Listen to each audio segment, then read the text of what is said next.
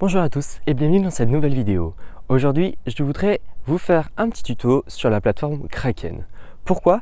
Parce que la plateforme Kraken n'est pas disponible en français et moi quand j'ai commencé à utiliser cette plateforme, je ne la comprenais pas vraiment et je m'étais dit, il faut que j'arrive à faire comprendre à certaines personnes à utiliser cette plateforme. En français, bien sûr. Donc voilà, je vous décris tout ce qu'il y a sur la plateforme. Allez, c'est parti. Donc je vais vous simplifier un peu toutes les options qui existent sur Kraken. À noter que vous ne pouvez pas changer la langue. Enfin si, vous pouvez changer, mais en 3 langues. L'anglais Royaume-Uni, l'anglais États-Unis ou alors le japonais. Donc on va rester en anglais. Et du coup, je vais vous traduire un peu les fonctionnalités. Donc ici, lorsque vous allez créer votre compte, vous allez rentrer votre email, votre nom d'utilisateur et votre mot de passe et accepter les conditions de confidentialité de Kraken et vous allez faire Sign Up. Il va peut-être vous demander autre chose, je ne sais plus du tout sur la création. Et quand vous allez créer votre compte, donc moi je vais me connecter, je vais aller faire Logout. Donc là je vais rentrer mon mot de passe et mon nom d'utilisateur et je vais rentrer l'authentification à 2 facteurs qui est sur mon téléphone. Donc je vous expliquerai tout ça en détail comment la mettre. Je me dépêche. Il n'a peut-être pas pris. Si, c'est bon. Donc voilà. Donc quand vous allez vous connecter, vous allez arriver ici. Donc en haut, vous avez donc forcément, vous allez à la page d'accueil. Vous avez aussi les paires de devises ou les devises favorites que vous avez ajoutées. Ici, vous avez les onglets basiques, quoi. En dessous, dans la barre noire, vous avez donc différentes options. Ici, si vous cliquez sur le petit graphique, donc vous allez atterrir sur un graphique. Vous allez atterrir sur le graphique sur TradingView. Alors moi, je vous recommande pas ce graphique car vous ne pouvez pas dessiner dessus. Donc, évitez d'aller dessus. Je vais vous montrer quel graphique par la suite. Ensuite, juste à droite, vous avez, si vous cliquez sur la paire de devises, donc là on est sur le Bitcoin EUR, donc le XBT, il s'appelle comme ça sur Kraken. Et donc là vous avez toutes les devises, et après vous allez pouvoir choisir d'autres devises, par exemple, enfin le GNO ETH, et voilà.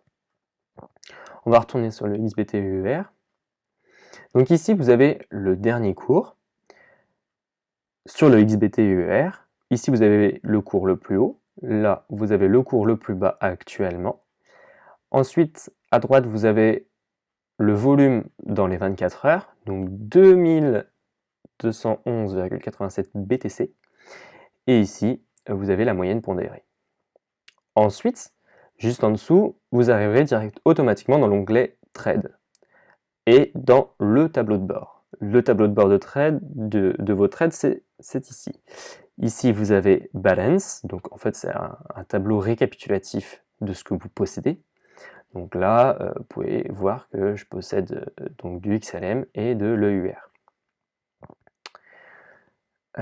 Ensuite, à droite, vous avez les cours, donc les taux des devises dans lesquelles j'ai rentré mes favorites. Donc vous avez le XLM vers le EUR et le XBT vers le EUR. Ensuite, en dessous, si on descend, vous avez les soldes. Donc vous voyez que Trading Balance, c'est le solde actuel que j'ai sur mon compte. Ensuite, Equity, c'est le solde plus le profil, le résultat non combiné, donc 92 €. Ensuite, nous avons la marge totale des positions ouvertes, donc là, 0. Ensuite, nous avons Free Margin. Free Margin, c'est la marge libre. Donc, en gros, c'est donc l'equity moins la marge user margin, la marge utilisée, quoi. Donc, mon solde ne bouge pas. Et margin level, c'est le ratio entre equity et user margin. Donc là, j'ai rien. Ici, vous avez les positions qui sont ouvertes. Donc ça veut dire que vous allez placer une position, mais que vous n'avez pas, enfin, vous avez décidé de faire une position assez spéciale qui ne se clôture pas automatiquement. Et du coup, elle apparaîtra ici. Ensuite, en dessous, ah, mon PC veut pas. Voilà. Ensuite, en dessous, vous avez le registre de toutes les transactions que j'ai effectuées sur mon compte. Donc voilà pour le tableau de bord de l'onglet Trade. En dessous, ensuite, juste à droite, vous avez New Order. Donc là, vous allez pouvoir placer un ordre simple. Et vous avez intermédiaire ou avancé. Dans l'onglet intermédiaire, si on revient, vous avez beaucoup de paramètres avec les limit order, les stop limit order, etc. En Advanced, c'est pareil, c'est un peu plus complexe. À vrai dire, je ne vais pas pouvoir vous expliquer ces deux onglets-là, car je ne les utilise pas actuellement. Donc voilà. Le graphique que je vous recommande, c'est sur la bêta, qui est en bleu là. Donc si on clique dessus, vous allez atterrir sur le CryptoWatch. Et moi j'utilise celui-ci pour trader sur Kraken, et franchement je le trouve bien sympathique. Donc ici vous avez donc l'onglet principal, et ce qui est bien, ce qui est bien en fait avec celui-là, c'est qu'il est personnalisable. Vous pouvez cacher ça, vous pouvez réouvrir, voir l'order book, vous pouvez le cacher et vous pouvez réouvrir ici, pareil, voilà l'order book, et autrement, si vous souhaitez tout voir, bah, vous affichez tout. Bon, bah, du coup, on voit plus rien ici, quoi, forcément. Donc voilà, moi je trouve il est vraiment pas mal. Et ce qui est bien aussi, c'est qu'on peut le personnaliser. Alors attendez, je vais le remettre comme avant, parce que du coup je suis un peu perdu. Alors là, voilà. Donc si on veut le personnaliser, on va dans le petit écrou là. Et voilà, là il y a différents thèmes, on peut jouer avec ça. Voilà, je vous laisserai le découvrir. Franchement, j'aime bien. Et puis vous avez pas mal de paramètres. Donc ici, Fiat Price, donc c'est la monnaie sur laquelle je veux me baser. Donc par exemple, on va mettre le dollar canadien par exemple, ou le UR. Donc voilà. Donc il est vraiment très personnalisable. Franchement, j'adore. Ensuite, nous avons donc ici les paires de devises sur lesquelles je les ai ajoutées en favorites. En dessous, donc, si nous cliquons sur la petite flèche d'en bas, nous pouvons sélectionner d'autres paires de devises. Par exemple, le DOG BTC, l'USDT USD, le XLM BTC, le XLM AUR. Et vous voyez que ceux que j'ai ajoutés en favori sont en orange. BTC UR, BTC USD. Voilà, enfin, il y a vraiment pas mal de combinaisons, de paires, de devises. Et imaginons on est sur le LTC. Alors je veux ajouter le LTC UR en favori. Je l'ajoute et vous voyez qu'il s'est rajouté automatiquement en haut. Et du coup, ce que je peux faire, je peux choisir mes paires de devises. Par exemple, on va aller sur le BTC UR là. Voilà. BTC USD. On peut aller sur le XLM UR. Enfin voilà. Il y a pas mal de paramètres, donc moi je le trouve bien intéressant. Alors je vais revenir comme avant, si vous le voulez bien. On va mettre en standard. Donc ici il y a les graphiques, donc vous avez, moi j'ai ajouté les volumes, j'ai ajouté le MACD, j'ai ajouté le RSI, mais il est vraiment très personnalisable. Si vous voulez ajouter d'autres graphiques, vous cliquez juste ici, et voilà. Et là vous pouvez ajouter l'Ishimoku, le SMMA, le SMA, enfin voilà. Et puis vous pouvez rentrer, personnaliser tout ça là-dedans. Donc franchement, c'est vraiment pas mal. Ensuite, vous avez différents graphiques. Alors, vous pouvez ajouter le RSI, enfin voilà. Donc si je veux ajouter le ROG par exemple, ben voilà, il s'affiche juste en bas. Si je veux le désactiver, je le désactive si je veux. Donc voilà, franchement, c'est vraiment pas mal. Ici, j'ai jamais utilisé. Et ici, c'est pour faire une capture d'écran. Et si vous voulez la télécharger, bah, vous pouvez. Et ici, si vous voulez se mettre en plein écran. Voilà, ça rend vraiment bien, quoi. Donc voilà. À droite, vous avez donc l'onglet pour passer un ordre d'achat ou de vente. Donc là, on est sur le XLM. Et quand vous allez placer un ordre, vous allez le voir automatiquement ici. Donc là, c'est pour des ordres très simples. Et ici, vous avez l'historique de vos trades. Et ici, l'historique de vos positions. Donc voilà. Donc pour retourner aux pages où on était précédemment, on va cliquer sur Kraken. Et là, on va retourner sur... normalement, on retourne sur l'onglet précédent. Il m'a ouvert un autre onglet, donc moi je vais le fermer et je vais revenir ici, tout simplement. Donc voilà, donc franchement, moi je vous recommande d'aller sur la version bêta. Même si c'est une version bêta, elle fonctionne très très bien. Donc ensuite, vous avez l'onglet, sous-catégorie, vous avez une catégorie Order, où là vous allez voir en haut les nouveaux ordres, et ici les ordres qui ont été fermés en fait. Ensuite, vos positions. Donc, si vous serez en market order, donc si vous êtes plus en taker ou maker, etc., enfin, si vous faites des stop loss, etc., vous serez ici. Et l'onglet trade, c'est un peu l'historique de vos trades. Après, si vous allez dans funding, ça va être les fonds. Donc, ça va être le dépôt. Vous voyez qu'ici, j'ai déposé un certain fonds. En euros, et vous pouvez autrement déposer d'autres monnaies. Donc vous avez toutes les monnaies disponibles sur la gauche. Ensuite, vous pouvez envoyer des fonds vers une autre adresse, et là, votre historique sera ici. Et l'audit, j'ai jamais utilisé, mais c'est pour la vérification pour les bitcoins. Ensuite, vous avez Security. Et c'est là où vient l'authentification à deux facteurs que j'ai rentré précédemment pour me connecter. Donc je vais vous expliquer. Ici, vous avez l'onglet Password, donc c'est pour changer votre mot de passe. Et en dessous, vous voyez que j'ai activé l'authentification à deux facteurs avec l'application Google d'Authentificator. Je vous recommande de faire ça car c'est vraiment une sécurité, beaucoup plus qu'une sécurité même. Et je vous le recommande parce que moi, c'est vraiment très recommandé avec la plateforme. Et l'authentification à deux facteurs, vous allez pouvoir le dupliquer pour l'onglet Deposit ou Withdraw, donc pour déposer de l'argent ou pour l'envoyer, pour vos positions, pour la Master Key. Donc la Master Key, par contre, ça va être une clé que vous allez devoir rentrer un peu à chaque fois que vous allez faire quoi que ce soit en fait. Enfin, vous allez devoir la rentrer à chaque fois. Donc, moi, je l'utilise pas Master Key.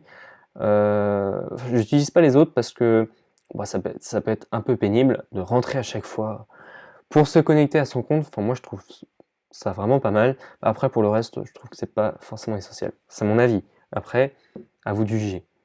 Ensuite, vous avez l'onglet API Key, et c'est là où, grâce à cette API, vous allez pouvoir connecter un bot de trading. Donc, si vous ne savez pas ce que c'est un bot de trading ou si vous ne savez pas à quoi ça sert, j'ai fait une vidéo récemment sur les bots de trading utilisant l'API Key pour se connecter aux plateformes d'échange. Donc, si vous voulez en savoir plus, n'hésitez pas à aller voir la vidéo qui est en description. Ensuite, sur la droite, vous avez des petits messages pour vous indiquer qu'est-ce que c'est l'authentification à deux facteurs, comment l'utiliser, etc. Donc vous voyez Google Authentificator. Je vous la recommande. Google Authentificator, le lien de l'application sera dans la description. Use BK, j'utilise pas. C'est un adware en fait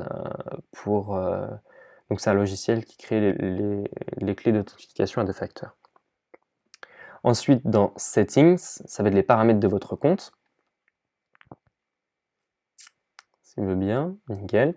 Donc là, c'est un récap de mon compte, donc j'ai tous les paramètres, la langue, le fuseau horaire, etc. Ici, dans notification, donc c'est pour recevoir des emails, des newsletters, etc. D'ailleurs, je vais désactiver les newsletters. J'ai fait Update Notification, voilà. Et API, c'est les paramètres sur les clés API. Vous allez ici avoir en fait un historique des clés API qui ont été générées. Pour générer une clé API, il faut faire Generate New Key. Ensuite, dans History, vous allez avoir tout l'historique donc de vos trades que vous avez fait, que vous avez effectué, tout ce que vous avez effectué en fait depuis la création de votre compte. C'est la même chose en fait, c'est le même onglet. History Ledger, c'est le même onglet que celui-ci en fait. C'est la même chose. Sauf que là, vous allez pouvoir le regarder en entier. Ensuite, History Order, c'est les ordres que vous avez passés. Et History Trade, la même chose, les trades. Et History Exports, vous allez pouvoir exporter vos trades. Donc vous allez pouvoir sélectionner ce que vous voulez avec la période de temps que vous voulez et ce que vous voulez. Ensuite, Get Verified. Alors cet onglet fait un peu peur parce que voilà ce qui s'amène. Donc en fait, si vous voulez, Kraken fonctionne en plusieurs étapes. Première étape, c'est la création de votre compte. Vous allez pouvoir rien faire. Vous avez juste le mot de passe et votre identifiant. C'est juste ça. Ensuite, vous allez rentrer un peu plus d'informations sur vous. Donc vous allez devoir rentrer votre nom de famille, votre date de naissance, votre lieu de résidence, votre téléphone, votre numéro de téléphone. Et ensuite, vous passerez au tiers 1. Ensuite, le tiers 2, vous aurez de plus en plus de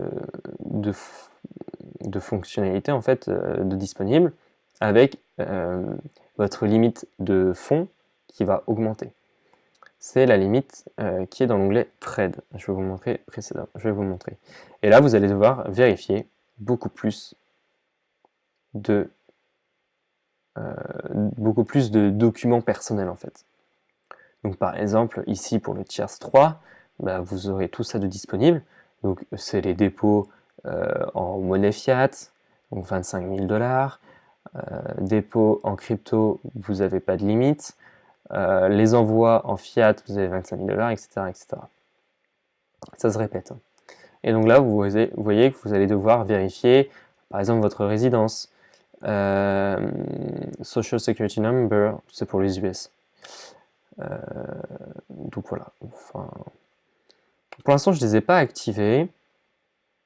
Je sais pas, peut-être que je les activerai, mais pour l'instant, moi je suis sur le tiers 2 et ça me convient. Ça me convient.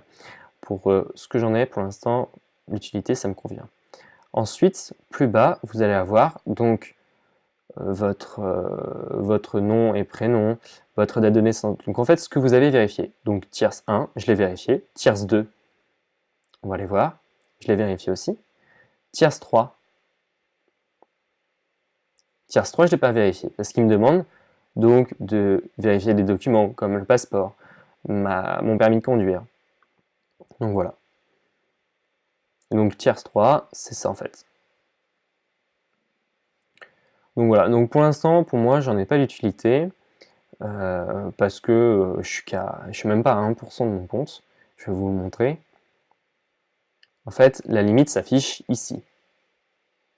Donc vous voyez que j'ai 344 $ actuellement pour 5 000 $ quoi, de limite. 50 000 $ pardon, de limite. Donc voilà, donc ça c'est toutes les vérifications que j'ai fait. Donc là, je suis en tiers 2. Donc voilà. Moi, je me contente de ça pour l'instant. Donc voilà pour les vérifications. Et MTGOX Claim, c'est pour les personnes qui ont été victimes de la plateforme MTGOX. Alors, j'ai pas été dans les détails. si vous avez été victime, je pense que vous vous êtes un peu plus renseigné. Je me suis pas intéressé à cet onglet, donc si vous voulez en savoir plus sur cet onglet, moi je vais pas pouvoir vous accompagner par contre sur cet onglet-là. Et voilà, cette vidéo est maintenant terminée. N'hésitez pas à la liker, à la partager. N'hésitez pas aussi à lâcher un commentaire en bas de cette vidéo pour savoir ce que vous en pensez. N'hésitez pas aussi à vous abonner à ma chaîne. Et puis moi je vous dis à la prochaine dans une autre vidéo. Allez, ciao ciao!